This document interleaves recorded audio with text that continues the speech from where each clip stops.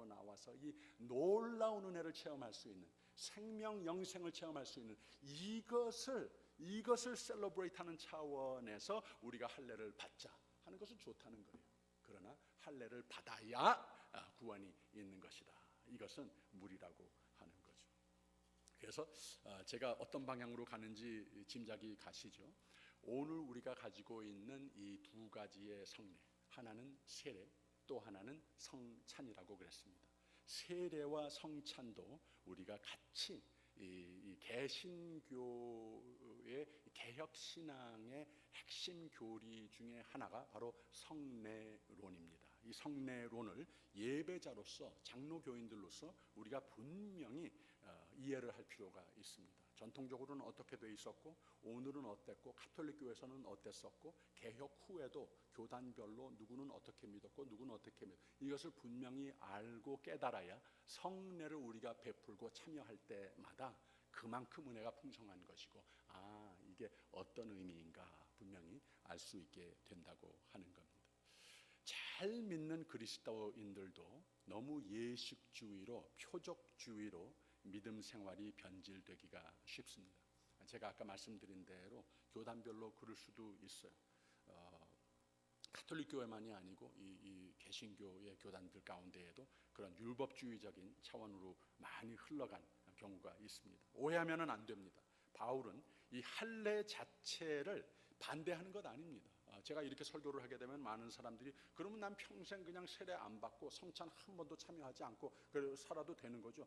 되는 건데 also no, 그러면 안 된다고 하는 거예요. 우리가 하나님께서 베풀어 주신 그 생명을 풍성히 누리기 위해서는 믿음으로 말미암아 하나님 앞에 보여지는 것이 있어야 되지 않다. 나에게도 보여지고 남에게도 보여지어야 한다고 지난 주일에 말씀 주제가 되지 않았습니까? 이 성례라고 하는 것도, 표적도 마찬가지라고 하는 거예요. 그래서 많은 사람들은 마치 왜 세례를 갖다가 나는 절대로 받지 않겠다 막 이렇게 고집하는 사람들이 있어요. 그것 자체도 매우 율법주의적으로 오해를 하고 있기 때문에 그렇다고 하는 겁니다. 내가 내 마음속에 하나님을 나의 하나님으로 믿고 예수 그리스도의 십자가의 사건이 나에게 생명을 주시기 위해서, 이 세상에 풍성한 삶이 되기 위해서 베풀어 주신 하나님의 은혜의 표적이다. 그러면 나도 하나님 앞에 보여지는 그 은혜로 말미암아 주님 앞에 사랑이 감사해서 하나님을 사랑하고 주 안에서 성화하는 삶, 이러한 삶이 되기 위한 그 믿음이 내 속에 있다면 이것을 왜 굳이 표적으로 나타내는 것을 두려워하겠습니까? 이걸 왜 피하겠습니까? 이것은 우리가 세상에 보여지고 나에게도 하나의 기쁨과 감사의 여건이 되고 하나님도 보시기에 기뻐하시고 나 자신을 그렇게 소개하니까 말이죠. 그래서 세례를 받는 것, 이런 것이 얼마나 중요한지 모릅니다. 그런 오해가 있어서는 안 됩니다. 할례 자체, 세례 자체가 얼마나 사도 바울도 그러지 않았습니까? 빌립보서에서 자기 자신을 고백할 때에 나도 유대인이란 말이에요. 나도 할례 받았다고 말을 합니다. 이런 것을 갖다가 나쁜 것으로 절대로 생각을 하는 것은 아니에요. 법을 따르는 의미에서 다른 유대인들에게 걸림돌이 되지 않기 위해서 이 호녀라가 되는 그 목회자의 후배가 되는 디모데에게도 굳이 할례를 받게 했어요. 사도행전 그 선교 사역하는 가운데 사도행전 그 16장을 보게 되면은 디모데를 데리고 가서 할례를 받게 했다고 하는 겁니다. 그 왜 꼭 해야지 되느냐? 그렇지는 않지만 그래도 해야지 되는 이런 것이, 하나님 이 두 사람이 사랑을 합니다. 두 사람이 사랑을 하고 그러면 우리가 평생 영생토록 나누어지지 않고 우리가 같이 살자 이렇게 약속을 해요. 약속을 하고 우리 안단 말이에요, 서로. 그런데 결혼식이라고 하는 예식을 꼭 하지 않습니까?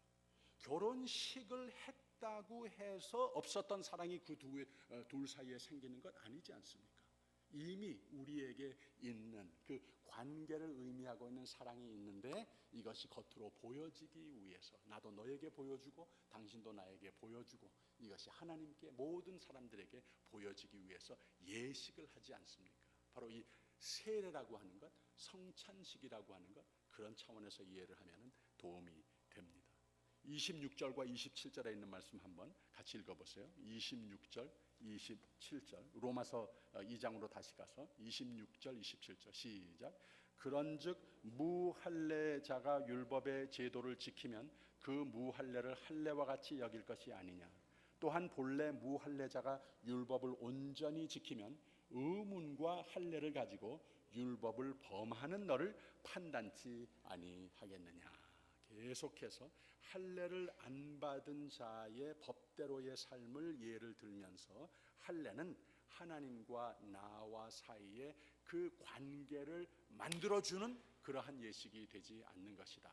이미 하나님의 은혜로 말미암아 나의 믿음으로 말미암아 이루어진 그 관계가 표면적으로 나타나게끔 하는 예식이 곧 할례이다. 세례식도 마찬가지라고 하는 거예요. 더욱 할례자로서 법을 어기는 것보다 사는 것이 그 마음속에 더욱더 하나님의 마음에 드시는 모습으로서 마음도 품고 생각도 하고 행동도 하고 선택도 하는 그러한 삶이 되는 것이 영원토록 더 중요하다고 하는 것을 강요하고 있습니다. 무할례자로서 법대로 사는 것이 할례자로서 법을 어기는 것보다 훨씬 낫다고 하는 겁니다. 그 다음에 28절 29절에 있는 말씀 한번 읽어보세요. 시작. 대저 표면적 유대인이 아니요 표면적 육신의 할례가 할례가 아니라 오직 이면적 유대인이며 할례는 마음에 할지니 신령에 있고 의문에 있지 아니한 것이라. 그 칭찬이 사람에게서가 아니요 다만 하나님에게서니라. 그랬습니다. 결론적으로 이 바울의 할례에 대한 교훈이 있습니다. 말하자면 기념이라고 하는 거예요. 내가 확실히 하나님의 사랑을 깨달아 하나님께서 내가 하나님께 향한 믿음으로써 늘 성화되어 가는 삶의 다짐이 있는 것을 보시는 것을 내가 안다. 그러한 마음이 있을 때에 하나님도 기뻐하시고 겉으로 표적으로 나타나는 것은 좋은 것인데 이것을 셀러브레이트하는 하나의 예식을 하는 것은 참 좋은 것이고 우리가 하여야 하는 것이지만 이거보다 우선적으로 중요한 것은 내 마음, 기념이라는 거예요. 예수 그리스도 안에 하나님의 사랑을 기념하고 확신으로 믿는 믿음이 있는 것이 그 마음이 영원토록 더 중요하다고 하는 것을 예식보다는 마음이 영원토록 더 중요하다고 하는 귀한 진리를 가르쳐주고 있습니다. 다시 사도 바울이 그렇다고 해서 모든 예식하지 말자 한 것 아닙니다. 하자. 이것도 하여야 하는 것이지만 우선적으로 마음이 중요한 것이다. 믿음이 중요한 것이다. 참 할례는 참 세례는 참 성찬은 겉모습이 아니라 몸의 어떤 표적, 표면적, 의문, 법, 쓰여진 율법주의적 이런 것이 아니고 이면적이라 그랬습니다. 마음의 신령의 할례, 심령의 할례 이것이 곧 진정한 할례인 것이다. 이것이 진정한 유대인이라. 이것은 인종적인 차원에서 쓰는 단어가 아니라 이것이 진정한 구원받은 하나님의 사람이라 가르쳐주고 이것이 진정한 그리스도인이라 가르쳐주고 있는 겁니다. 그 칭찬이 사람에게서가 아니요 다만 하나님에게서니라. 하나님이 보시니 다 됐다고 하는 거죠.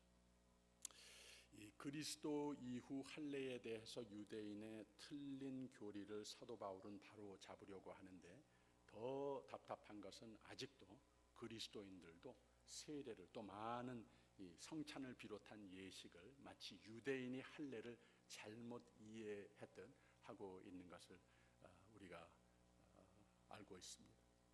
신앙이 너무 예식주의로 변질되기 쉽다고 하는 말입니다. 성찬에 대해서도 조금 언급을 하면은 성찬에 대해서 교회 역사 중에 이 종교 개혁 시대에 여러 가지 교리가 성찬에 대해서 나왔습니다.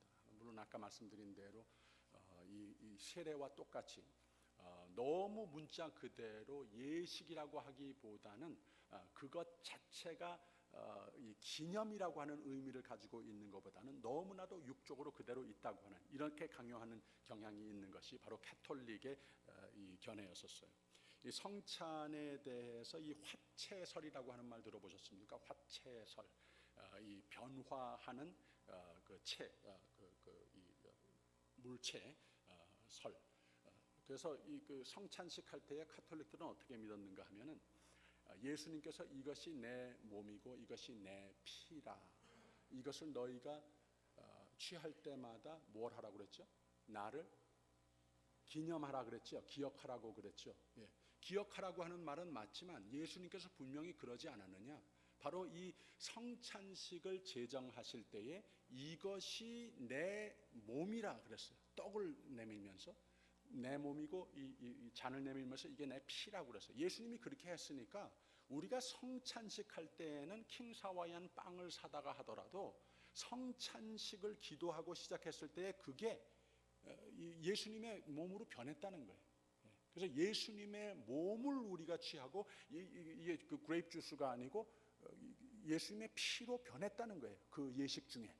그래서 그것을 섭취하는 예식이 곧 성찬식이라 이렇게 믿었습니다.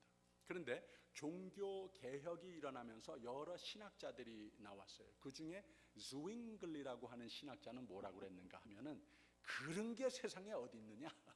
예수님 후반에 있는 그 예수님께서 하신 말의 후반에다가 강조를 하는 거죠. 나를 기념을 하라고 그랬기 때문에 이것은 그대로 빵이고 이것은 그대로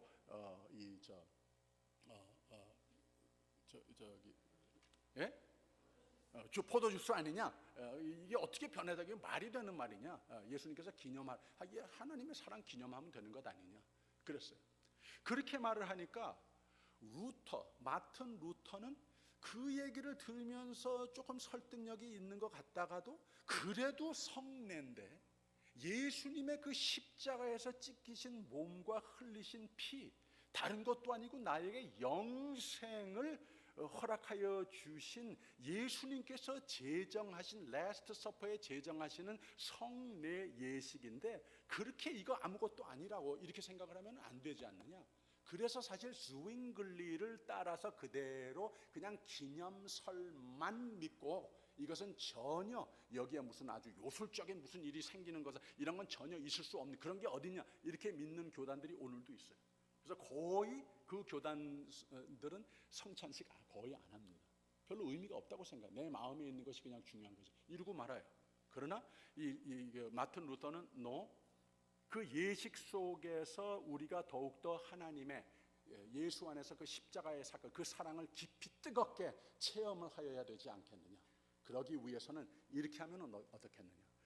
아직까지도 떡이고 아직까지도 주스인데 우리가 기도를 하고 성찬식에 성례에 참여할 때에 그 떡도 그대로 떡이고 주스도 그대로 떡이지만 그 주위에 이 자리에 예수님의 몸이 함께 하신다. 또 이 주스를 마시고 주스 마시지만 그 주위에 같이 우리가 예수 그리스도의 피를 섭취하게 되는 것이라. 그래서 이것을 동체설이라고 그래요. consubstantiation이라고 그럽니다. 그래서 이 마틴 루터가 이렇게 제안을 하고 아직까지도 루터교 그리고 또 동정교가 있지 않습니까? 이스턴 오르토닥스, 러시아 오르토닥스 정교, 또는 영국의 성공회, 미국에도 앵글리칸이라고 해서 성공회 교회들이 있지 않습니까? 그 동체설을 믿어요. 그런데 그 얘기를 듣고 칼빈이 그런 게 어디 있느냐 또 그런 거예요. 그것도 무리다. 그것도 무리다. 이것은 우리가 꼭 예수님께서 그 자리에서 그 몸과 그 피가 있어야만 예수 그리스도의 십자가가 오늘 내 삶에 유효한 것이 아니다. 바로 인스티튜시라고 하는 이 성찬에 대한 교리를 요하네스 칼빈은 제일 길게 썼는데 거기에 어떻게 설명을 했는가 하면은 이것은 영적인 성례의 경험이 되어야 하는 것이다. 그래서 루터하고 비슷한 것 같으면서도 또 달라요. 여기에서 분명히 우리가 떡과 잔을 마시고 있고 여기에 예수님의 몸이 실제적으로 예수님의 피가 이 자리에 갑자기 나타난다. 이것도 우리가 믿을 필요는 이게 좀 무리다. 그런 게 어디 있느냐. 그렇게 믿을 필요는 없는데 그러나 그래도 성례라고 하는 거예요. 우리가 세상에서 경험할 수 없는 예배 드릴 때에 은혜가 충만하고 예수님께서 약속하신 보혜사의 뜨거운 그 체험, 성령의 체험이 있는 것을 우리가 늘 경험하지 않습니까? 이것과 마찬가지로 특히 성찬에 참여할 때에는 우리가 영적인 차원에서 예수께서 2000년 전에 십자가에 못 박혀 돌아가시면서 몸이 찢기시고 보혈을 다 흘리셨지만 2000년 전에 그냥 생긴 일이 아니라 내가 이 성찬에 회개하는 가운데 주님 더욱더 구원의 확신을, 하나님의 사랑을 늘 확신하면서 체험하면서 성령 충만하게 살게 하옵소서, 이런 마음으로서 접근했을 때에 영적으로 내 개인의 삶에 예수께서 저 십자가 사건, 2000년 전에 있었던 그 십자가의 사건이 내 삶에 오늘 경험하고 유효하게 되는 것이다. 이렇게 뜨겁게 체험하게 되는 것이다. 영적인 차원에서 그 경험은 있어야 되는 것이다. 이 스윙글리하고는 굉장히 다르죠. 성찬식 하나 마나 해도 이게 아니라 그렇게 해서는 안 되는 것이다. 우리 아주 성례적인 모든 예배와 모든 교회의 성례는, 성찬식은 그렇게 접근하여야 하는 것이다. 성례도 그렇고 이것을 이 기념설이라고 합니다. 이 remembrance, 그냥 기억을 하되 우리가 이 성찬의 그 예식을 통하여서 그만큼 영적으로, 개인적으로, 육적 못지않게 내 삶에 계시다 하는 것을 우리가 체험하는 예식이 되어야 하는 것이다. 근데 참 묘한 것은 무엇인가 하면 이 종교 개혁의 수백 년, 이 신학자들이 막 왈가왈가하는 수백 년 전에 오거스틴이라고 하는 신학자가 이미 말한 바였었어요. 이 칼빈은 바로 오거스틴의 영향을 가장 크게 받아서 이렇게 성령께서 정리를 해 주었습니다. 시간이 다 가서 오늘 여기까지 말씀을 나누도록 하겠습니다. 이 잠언서 8장에 보게 되면은 이런 말씀이 있어요. 나를 사랑하는 자들이 나의 사랑을 입으며 나를 간절히 찾는 자가 나를 만날 것이니라. 우리가 성례를 하건 예배를 하건 세례를 받건 세례를 주건 성찬에 참여하건 하나님께서 우리의 마음을 보시면서 그저 궁극적인 목표는 그겁니다. 내가 하나님을 알고 하나님을 사랑하고 하나님의 말씀을 사랑하고 주께 매일매일 더욱더 가까이 나아가는 삶이 되기 위해서 하나님께서 교회와 교회의 예배와 예배 속의 모든 성례를 제정시켜 주신 거예요. 그래서 이 장로교회에 하나님께서 은혜 베풀어 주시고 지혜 주셔서 이렇게 수백 년 동안 하나님께 영광이 돌리워지고 우리가 주 안에서 성장할 수 있는 은혜를 베풀어 주신 교회의 모습, 교회관의 모습, 얼마나 참 귀한 건지 모릅니다. 여러분 매일매일 삶 속에서 이 교회에서 일어나는 모든 일 통해서 더욱더 주님께 가까이 나아가고 간절히 찾는 그 신앙이 더욱더 성장하는데 하나님을 매일매일 만나는 삶에 큰 보탬이 되는 교회의 예배의 삶이 꼭 되시기를 주님의 이름으로 축원드립니다. 기도하겠습니다.